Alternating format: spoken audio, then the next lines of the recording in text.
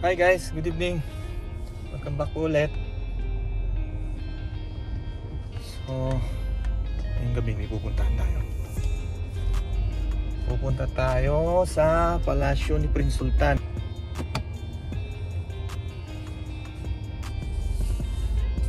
So tara, bago lahat ng seatbelt muna tayo, baka mahuli tayo. Welcome back po ulit. Kumusta po kayo?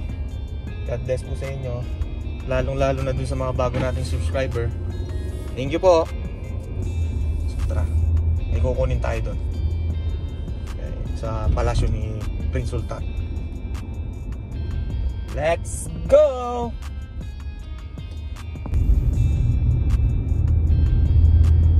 So pasensya na guys kung di ko lahat makukuhanan kasi bawal kasi mag-drive dito na gamit-gamit mo yung phone mo. So ito palabas pa lang sa amin to. Kaya medyo nakuhanan ko pa. Yun din naman, yung dinadaanan namin sa mga previous vlogs namin, yun din, doon din tayo dadaan. Tsaka oh my god, traffic ngayon. Daming sakyan. Oh, naku, ano nangyari dito? Bakit ganun? So kala nyo sa EDSA lang may traffic ha?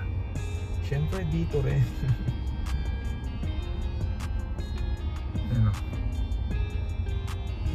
So I think dito lang to. Dito lang sa may kanto to.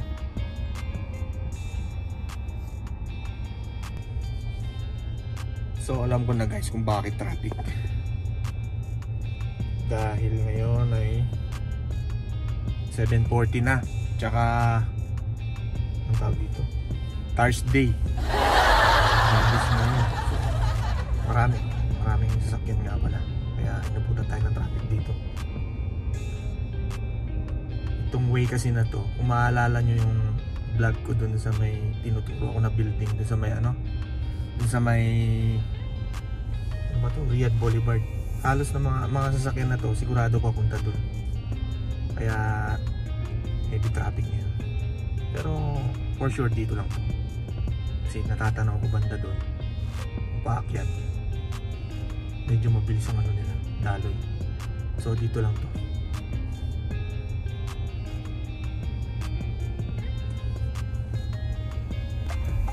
So tama nga ako guys, ayan. Dito lang sa kanto na yan. So tayo, kakaliwa tayo. Tapos akit tayo ng King Khalid. King Khalid Road.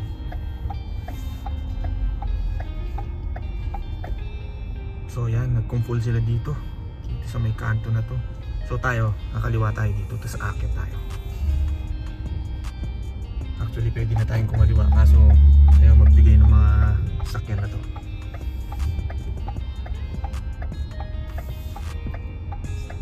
Sumingit. Oh my god, traffic. So yan sila guys, yan sinasabi ko, itong kanto na to. Ayan, nagkumpulan sila dyan. So tayo, dito tayo. Ayan, mabilis na dito. So, wakas, nakalusot din tayo. So guys, update ko kayo later kasi bawal, baka mahuli tayo dito. Okay, update ko kayo later pag nandun na ako sa bahay ni Prince Sultan. Let's go! Actually nakalimutan ko, pwede naman pala tago naman yung camera habang drive ako, magkwentuhan sa inyo. So ngayong gabi solo flight tayo. Wala yung tropang gala, naka duty sila ngayon. Dami nilang ano ba to, dami nilang task ngayong araw. Actually hindi lang siguro ngayong araw, mga susunod na araw pa. Kasi marami silang ino-open ng mga box galing abroad. Yun yung mga pinamili ng amo natin. So solo flight tayo ngayon. Tropang gala, busy. Salamat po ulit sa inyo sa pagsuporta sa aming channel. Thank you po.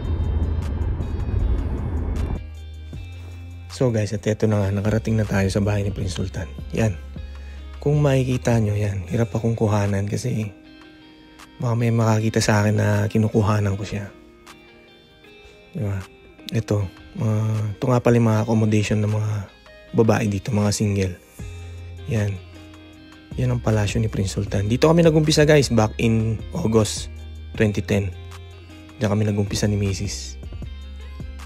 Ito yung bilya. Kung tawagin nila bilya. Bilya ng supervisor namin na Lebanese, babae. Yan. Diyan, dito. Wala nga lang nakatambay ngayon. Tambayan yan mga Pilipino. At yan, ito yung bilya nila. Bale, 2 floor yan sa taas. Mga kofol.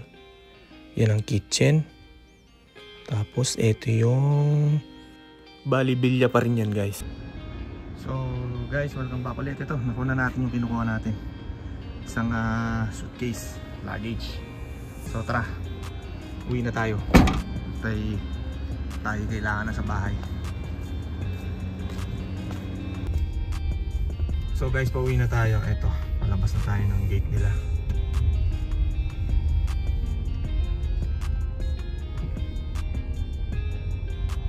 So lahat dito, itong area na to, lahat dito palasyo mga prinsipe. Yan, bahay din ng prinsipe yan hanggang dun. Yan. Tapos yan, bahay din ng prinsipe yan. Mga anak ng dating hari ng Saudi. So ito, palabas na tayo ng highway.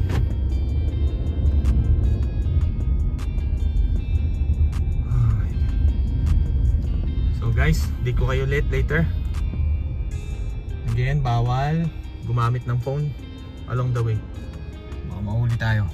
Ayan, doon ang way natin. Mabalik doon, pauwi. So see you again later guys. So guys, ito, malapit na tayo sa bahay.